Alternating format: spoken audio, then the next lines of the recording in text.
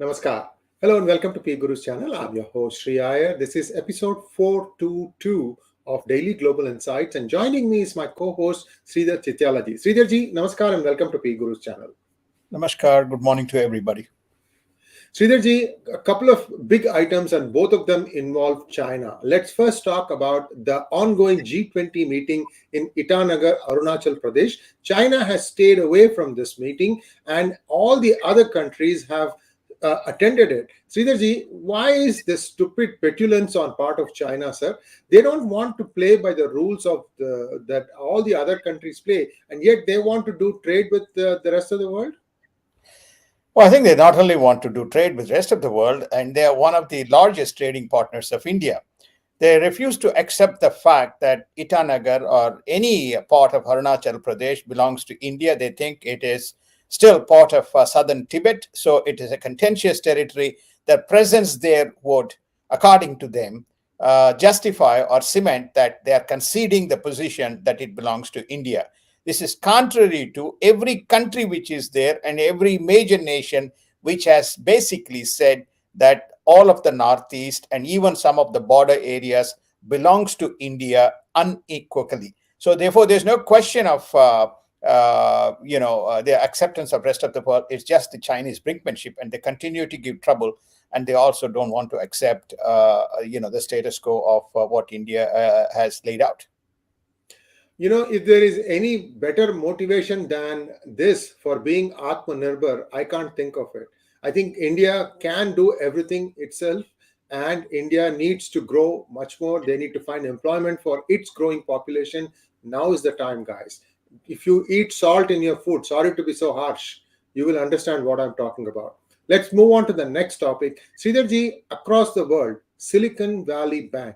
Silicon Valley Bank has had a connect with a Chinese bank, and looks like the funding from SVB has funded many Chinese tech companies. I mean, I understand SVB also has funded companies in India. So I'm trying to understand, sir, is that normal or is there something beyond what meets the eye? I think the issue is it is quite normal, but what makes this quite unique is the contentious relationship that US and China has, and also the fears that some of the assets that SVB has, whether they are going to get the benefit of the payout that is coming from effectively banks. I won't use the word taxpayer at the end of the day from a US consumer, because if the banks are paying additional premium, then naturally they charge it back to the customers.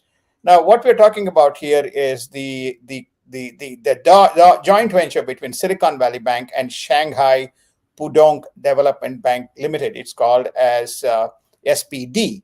Now, basically, this vehicle, the joint venture, the JV vehicle, has been used to fund. Obviously, capital has been allocated, and capital allocated from deposits raised within United States has been allocated to fund the Chinese ecosystem of tech companies. Probably more than 2,000, at least 2,000 companies have been funded using the capital. When did this start? Lo and behold, they started probably around somewhere between 2010, 2012. I don't want to draw parallels before some people kind of dissent on us, but you can go back and see what exactly happened between 2008 and 2016. A number of parallelisms one can infer using that. Not only that, I think SVB has also used capital for this joint venture in places like Cayman Islands, and diverted that capital to fund the SVB joint venture, and in the process, the tech ecosystem. So raising questions, if China doesn't allow capital flows out of its country, how come it received capital from these, what we call as the tax havens, which are not within the jurisdiction of United States, of a US institution, and that went on to go on and fund the ecosystem. So this is being looked at, but I can guarantee you nothing will come out because it's already been sold to Republic National Bank. And that sale amount is $75 billion, sir. What kind of a haircut is SVB taking? SVB, I think that the haircut that SVB is taking no haircut. What's happened is this now belongs to FDIC, because technically the bank is bankrupt. So FDIC is holding on to, they they have sold $60 billion worth of assets at something close to 23-25% discount. So the First Republic is getting a pretty good deal. They've also got a backstop on some of the losses, and FDIC is holding close to $75 billion of assets under receivership, which they have to get rid of.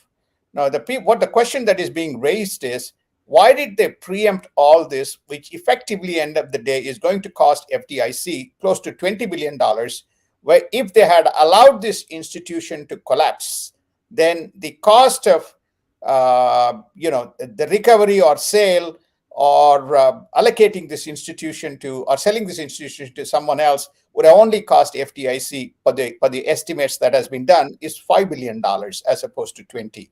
So there seems to be a lot of political connotations and other kinds of things that seems to be behind the preemptive actions that Fed and the Treasury have taken, Sriji. And I keep hearing that from the United States as well as from Europe that the banks are stable. Sir, why is this being continuously reiterated? What are we missing, sir?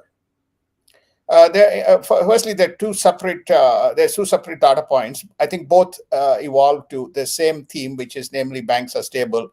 Firstly, coming to United States, what has happened is, there has been a significant flow of deposits back into large banks.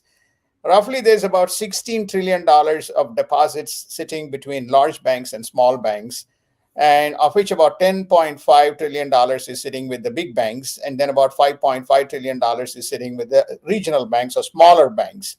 Now, close to $100 billion or $110 billion flew into the larger banks, raising the spectacle, which is, we don't want to have too big to fail issue come up, because there's a concentration of deposits in larger institutions. So everybody is raising the flag. Don't worry, too big to fail will not happen, and the big banks have got adequate capital adequacy, and especially in the tier one capital, so that we are good. We are stable, so therefore we are fine. And the Treasury is also saying we have we have monetary tools available, as well as the fiduciary tools available to address any kind of deposit plight issue that is likely to come out without actually needing for any kind of bank bailout. Now, people are not buying into it. Why? Because there is a significant amount of deposits that are in uninsured category. The question that is being asked out of the 16 trillion, when we know that only FDIC insured deposits are protected and covered under for which the banks pay an insurance premium, why are we covering all these deposits, and what is the rationale? Again, this is the reason why the Treasury and Fed are raising their kind of crescendo to say we are stable, we'll protect, we are stable, we will protect. This is the issue with regard to United States. As far as the Europe is concerned, what happened is there was an attempted runoff on Deutsche Bank and some of the institutions which we talked about. And why did this happen? There is a capital called AT1, alternate tier one capital. Alternate tier one capital is capital provisioned when banks raise debt through bonds in the market, and they have to make a provision for this in the event the bank is unable to repay, which is why they take this credit default swap or credit default insurance and to cover themselves. What happened in the case of Credit Suisse is when they sold it to UBS, the entire AT1 was wiped out. So the bondholders were told, notwithstanding the fact Credit Suisse said it took credit default swap insurance, they were told, sorry, it is sale and your deposits are wiped out. You're not going to get a penny. Close to $16 billion got wiped out. So this cascaded into, they looked at all the banks and said, oh my God, all these banks have AT1 capital. What's going to happen if there is a problem? Or is our capital going to get wiped out? So the bond market people have raised an issue. So all the guys, especially German Chancellor and the French president, have come out and basically said, no, our banks are stable. Don't worry about AT1. We'll take care of it. This is the reason, Sriji. Thank you so much, Sridharji. And I want to now touch upon a surprise news item that has cropped up today. Scotland has a new prime minister, and his name is Humza Yousuf. And the first thing he does is call for Scottish independence. Sir, I have a friend from Scotland, a Scottish American friend of mine, and according to him, the whole world revolves on its axis because of Scottish entrepreneurs. Justifiably, some he'll claim names like Alistair MacLean being a Scotsman and so on and so forth. The point I'm asking you, sir, is a little bit about who this person is. And Scotland has been asking for independence for a long time. Again, Rishi Sunak has shot it down. What are the significance? What is the significance of this? Well, I think first and foremost is it's the first time an immigrant has become a non-white immigrant has become a prime minister elect of Scotland. He still has to go through the process, but I think he's almost certain to emerge as the prime ministerial candidate. That's number one. Number two, you asked who he is. I mean, he is. His parents hail from Pakistan. His father hails from Pakistan. I think his mother is of African origin or from Africa. And so, therefore, this is the first Muslim prime minister in Europe, and the first immigrant, a non-white immigrant to take up prime ministership of an important nation, most notably the United Kingdom. Now, obviously, he comes from the SNP, and which has been striving for independence. There are two types of Scots: one who are traditional and who are, historically been part. They would not ask for. They said that the country is too small. They have to be part of the broader United Kingdom. Then you have the more young entrepreneurial and trying to say we have to fight for our own rights, and we don't want to be dependent and being told. So this is the generation that you are alluding to, which says that we need independence, Sriji. But this is a momentous event where you have a Pakistani historical origin parent child has risen through the ranks and has become become the Prime Minister of Scotland. Another day, another shooting in the United States. About Nashville. The Nashville shooter is a transgender. And if you've been following United States politics, many politicians who are running for president have weighed in on this. Sridharji, what was the crux of the problem? Why did this person start shooting away, sir?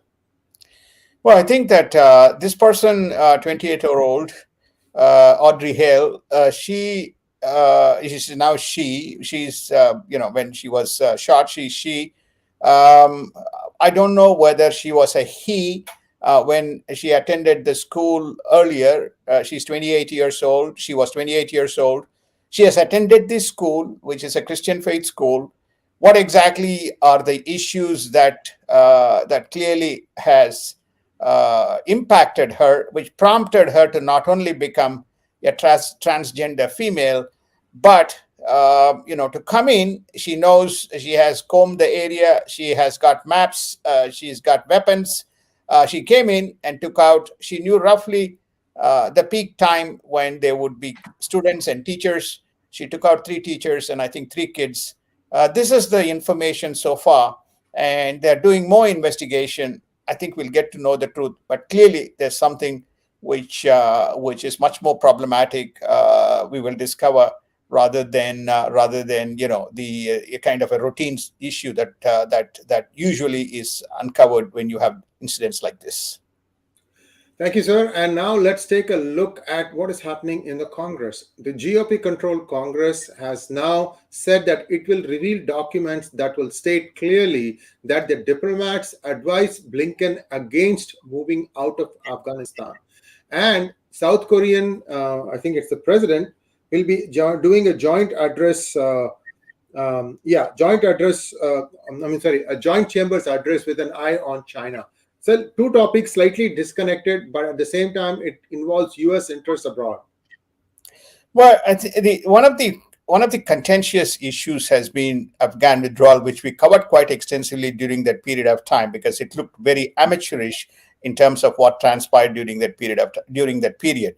Now, more truth is coming out. It was a Democratic-held House and Senate, so therefore we didn't get to the discovery part. Now, House have found out, the Republican-held House has found out that they have access to information and cables from the diplomats in Afghanistan, which warned and which advised against withdrawal and told Mr. Blinken to advise Mr. Biden, the president, not to do the withdrawal. But contrary, now this withdrawal occurred, and you know the mess that was created in Afghanistan during that withdrawal and post that withdrawal.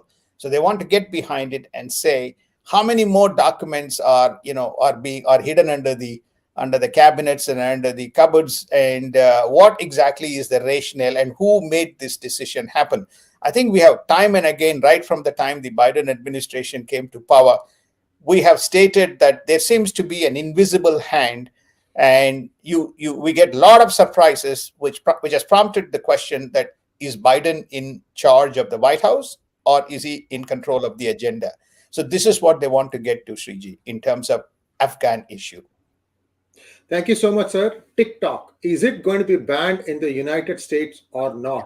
Now, even some strange partners are coming in and telling that TikTok should not be banned, that the youth will get ticked off with, sorry for the choice of words, ticked off with the Democrats for having turned TikTok off from them. 150 million subscribers in the United States. Sir. That means 1 in 2 people have a TikTok account. You and I probably are the outliers here. Indeed, I don't have a TikTok account. I don't have a Me Pinterest neither. account. Yeah. So very good. So I think that there are 3 strands of truth that are coming out. First is that this enormous number of users that make up the base. That's number one. Number two, I think that the TikTok parent company in China, which is part of the CCP, appears to have given what we call as the advocacy money to the Hispanic caucus. Lo and behold, within the Hispanic caucus is AOC. And she's the first one who went on Twitter and said she supports TikTok and she is against the agenda because a lot of her constituents will be impacted and she doesn't believe it's a security issue. So therefore, this is her kind of a position. And immediately people discovered that her caucus has received funding. So it's natural there will be no objectivity in her recommendations. So there's more than meets the eye with regard to TikTok. Is it going to be banned? I don't think it's going to be banned. I think what's going to happen is they will scurry around the issue and they will come up with a skirt around the issue and they'll come up, it's causing data, it's got national security issues. So let's kind of take care and see how we can address it. But guys, already the data has gone. China has data of all the young people. It is a great way by which they can run their campaign using this platform. See, the bigger fear I have, or a bigger concern that I have, Sridharji, is the youth that is coming out of the schools and high schools and colleges. And they're all solidly this kind of a woke. AOC is a youth icon for them, sir. And anytime we show some of these, grave concerns about her, they just say, "Oh, you don't like her." So there is no attempt on the part of the people who are being told the opposite of what they believe in to try and say, let me take a little bit more of a deeper look into it. Everybody seems to be in a silo and they just keep amplifying each other in an echo chamber. This is not good for the society. So the first thing, in my opinion, that the Republicans need to do is to get down to the ground level, basics. What is schooling? What is parenting? All these things have to be looked at. Family also. I don't know how much Republican Party is looking at it because I'm afraid this is a one-way street, sir. Indeed, I think there's one. I'll jump ahead here. There's a House legislation that was passed, which is completely along the party lines, 218 or 213 to 208. This is around giving control back to the parents, parental controls to the parents. The parents discovered during, lo and behold, they discovered during the COVID, by virtue of online education, the type of content and the type of propaganda that the kids were being subjected to. So when kids were asked the question, this is critical race theory, this is around transgender, this is around wokeism, this is around discrimination, this is around slavery, so on and so forth. A number of topics, including some explicit content. So the kids were when the parents asked the kids started to cry. So many of these issues came to surface, and when the House got changed hands, so they passed, and they expected at least some Democrats to vote to say that the control of what is taught to the kids to some extent or to a great extent should rest with parents, and parents should not be kept blindsided by what is happening in the school, which was opposed by the Democratic Party. This puts in perspective the questions that you have raised, which is clearly that there are two schools of thought. The parents have no role, and the parents have an important role. Sriji. Thank you, sir. Let's move on because I have a lot to say about this topic, but it will kind of divert away from our main news items. The next item is Russia is going to be stationing tactical nuclear weapons in Belarus, and it draws ire from the West. Putin says Russia and China are not creating a military alliance. Russia's attempts at a UN inquiry to investigate Nord Stream blast falters. Zelensky accuses Russia of holding Zaporizhzhia nuclear plant hostage, and Russia dismisses the challenger claims. All these things, today or yesterday, I read Nord Stream, around the area where the pipe broke, there were 5 Russian ships that passed by or in that vicinity also. So, who did it, sir? As per the independent, again we cover it, as per the independent investigation conducted by Germans, the Finns, and the Swedish, it doesn't point to that Russian involvement. It points to something else. What that is, they have not revealed. But at least they went public, which is to say, no, we didn't see any Russian involvement in this sabotage. It could have been Russian sympathizers, or it could have been some Ukrainian right wing who could have done this. But they have not presented very clear evidence in terms of who was responsible, unless they go deeper or they already have the data, which they don't want. Now you can see, using the veto power, they successfully thwarted or stalled in United Nations any inquiry or any investigation. So Sriji, I think to me this looks like a sabotage which was inflicted quite deliberately. We can speculate, but we would rather wait for more data to come out or no data to come out, Sriji. And now on India news, the landlocked northeast of India may soon get a trade gateway through a Malabari deep sea port in Bangladesh being constructed by Japan. Strategic initiative in the context of Indo-Pacific open and free trade policy efforts of India and Japan. So the recent visit by the Japanese Prime Minister to India, it appears to have been a huge success. The ties between the two countries seem to have been further cemented, Sridarji? It is. I think it's called Matarbari Port in Bangladesh, and where they have put significant amount of investment, billions and billions of yen, which translates into billions of dollars as well. That port is being developed, and I think what India is saying is that we'll work with you. They're going to have a huge container terminal in Nicobar and connect the entire kind of the Bay of Bengal, the circle of Bay of Bengal, going from all the way from Bangladesh into Kolkata, around the northeast, down around the east coast of India, going around Sri Lanka and into South China Sea, and then going back into Southeast Asia. So it would be a significant development. It probably serves close to 3 billion people, in terms of the needs. So it's a very important cogwheel in supply chain from the perspective of movement of a large amount of food and other types of items through this. So what Mr. Kishida has stated is we can work together, that is Bangladesh, India, and Japan, to build this as part of the Indo-Pacific strategy. Remember, we discussed about Japan and India taking a leadership role. This is an instance that is now coming out, reflecting the sentiments that we kind of expressed from an investment as well as developing an independent thinking process around the supply chains as an adjacent to Indo-Pacific strategy.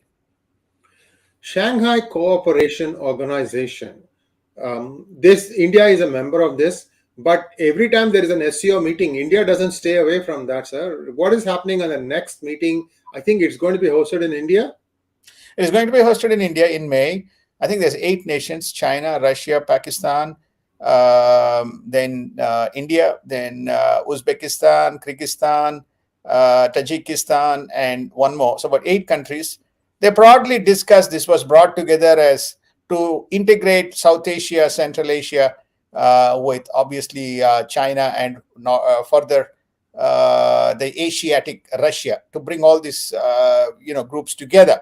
It was created as a Shanghai Cooperation Organization. It's also a way to blunt the Western alliance or the Western influence. So they're going to have meetings of what you call the national security advisors. They're going to have foreign ministers. They're going to have trade ministers. Now, and then before the heads meet. Now, India has taken a position: I will rather remain in the tent rather than try to be outside the tent and trying to, get some action going. So, India has partnership with Russia. India has partnership with some of the Central Asian countries. In fact, all of the Central Asian countries, the 4 of them there. So, it is, I think, trying to keep the agenda moving. Why is it important? It is important because Russia and China today stand isolated in the world in terms of the geopolitics. Now, this meeting is being held in Delhi, and it is being under the chairmanship of India, and India simultaneously has the chairmanship of G20. So it acquires significance as to how this meeting is going, how the meeting is going to be shaped, and what is going to come out as a result of this meeting, Sriji. Thank you so much, sir. And now let's take a look at Asia news. Russia fires a supersonic missile at a mock target in the Sea of Japan. Chinese new Prime Minister Li Qiang tells foreign business executives that country will be open, including to the Apple CEO, Mr. Tim Cook. How is the COVID situation in China now, Sridharji? We can wrap this and then we can take a few questions, sir. The COVID situation seems to be stabilized. The most important is the 2 important incidents which I want to touch on. One is now North Korea has revealed that what they launched from their drone was tactical nuclear weapon, and they've shown their warheads. And then what does Russia do? Russia launched from Sea of Japan a supersonic missile. Remember, the northern part of the Japan's island is contested by the Russians. The southern part, which includes Senkaku and others, south of Okinawa, is contested by the Russians, by the Chinese. So it's very significant that the Russians have launched, and simultaneously the North Koreans did something similar. We seem to have momentarily lost Sridharji. I don't know if also have missed him. Are you here? Can you hear me? While we try and get him back, a request to all of you to like our channel, like, share, and subscribe to our channel. Sir, go ahead, sir. Can you hear me? Yeah. Go ahead, sir. No, I just was, I don't know where I lost. The COVID situation seems to be normal. So they have hosted this meeting. It was attended by a number of business leaders, including Tim Cook was at the meeting, effectively Li Qiang saying that we are open and please come and embrace yourself and adopt. This is very significant because, if you remember Pegatron, which has already shifted to India, the first factory is contemplating the second. So it's very important within that context that they are trying to stem the tide in terms of the outflow of the industry. So this is the objective of this meeting, and there were a number of US business leaders present as well, along with other business leaders. As far as the Russian situation is concerned, we know that both Russia and China is contesting islands north and south of Japan. And it's interesting that Russia has opened a corridor, launching the supersonic missile. Simultaneously, the North Koreans, while North Koreans have been firing away their various, long-range missiles, short-range missiles, ballistic missiles, now, of course, tactical weapons with tactical nuclear head, Sriji. So very hot potato in terms of what's happening in Asia, while China says, I'm back to normal. Let's take a few questions, sir. And if we could, have like 1 minute per question, that'll be awesome. Karthik Vishwanathan wants to know, what is Shao Chu testification in House Congress leading to? There's a fear of losing under 35 votes forever by Biden discrimination. Will he dare banning? I think Shao Chu is what? Is it TikTok? The CEO of TikTok. TikTok, right. So you don't think it's going to be banned, right? Well, I think all the statements that are coming out from either side, Republicans and Democrats, point to the fact that they're trying to work to a compromise which addresses the two important areas, the data privacy as well as the national security. And if they feel that they can come in with a legislation which addresses these two, an outright ban is not warranted. So obviously, this is because there's a significant amount of advocacy and activist groups from China, which feeds into either side of the fence, Republicans and Democrats. So what's going to happen is a watered down solution. And as we start, when we started the show, we mentioned that probably the Chinese already have the data, Sriji, in terms of these 150 million users. So it's a great platform for them to push their barrel. Next question, please. Partha wants to know, why is US launching airstrikes in Syria? Is Syria helping Russia on the battlefield? No, the attacks are being launched basically because there's the Iranian surrogates, Hezbollah and other Republican Guard surrogates operating out of Syria are firing at the positions northern Syria where US has still bases near the oil field, and they also provide the protective cover. So the goal is they want to have a direct confrontation with Israel. They do not want to have any US presence in that region. So this is the reason why we also covered that Israel has been progressively targeting. They targeted Aleppo, they targeted Damascus, they targeted Latika, all targets where you have this Iranian surrogates operating and then making their way into Lebanon and West Bank. So this is the reason why US and most of these attacks are drone attacks. So therefore, I think what they're saying is that we have to take these out so that we can continue to be the protective barrier of these important oil fields. Next question, please. Do you think that India should not rely on US to tackle China, but rather handle China by itself? The Five Eyes are capable of playing against India and are unreliable. For example, Khalistan attack. No, India is not relying on United States. India has built its own strength and capabilities. Now, two major incidents that has occurred, be it in Doklam or be it in Galwan, and also in the Tawang, United States did provide support and data to India, which helped India to tackle the issue. I don't know. I mean, the Khalistan is a completely different issue, but to give you the answer, India is not reliant. India is building its own infrastructure and capabilities to tackle on their own, but they're more than happy to receive any assistance and aid that can come from United States, which helps them to potentially thwart any incursion. Raghunandan wants to know, any news on Shakti processor, which is an in-house developed processor by IIT Madras? Sridharji? I don't have an answer. I don't know. I don't have an answer. Sorry on this question. We will try and get you some information. In fact, we have some contacts in IIT Madras. It's just that we've been trying to get some of them to come on our platform to air their ideas and things like that. It's just a matter of coordination. So stay tuned. You will get something. Last question, sir. Mr. Lee wants to know, were the bank collapses orchestrated by certain Chinese depositors strategically making large withdrawals?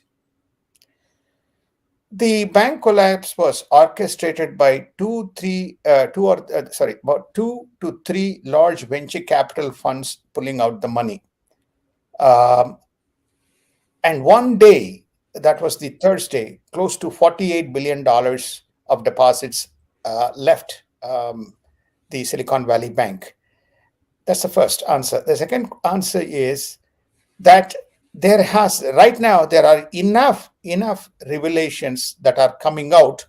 This will be part of the inquiry of SEC and the Department of Justice, that the regulators were warned time and again that there was a systemic problem in the way the bond trades were conducted and the exposure cost as a result of rapid rise in interest rates, including couple couple or few of the Fed governors of San Francisco Fed.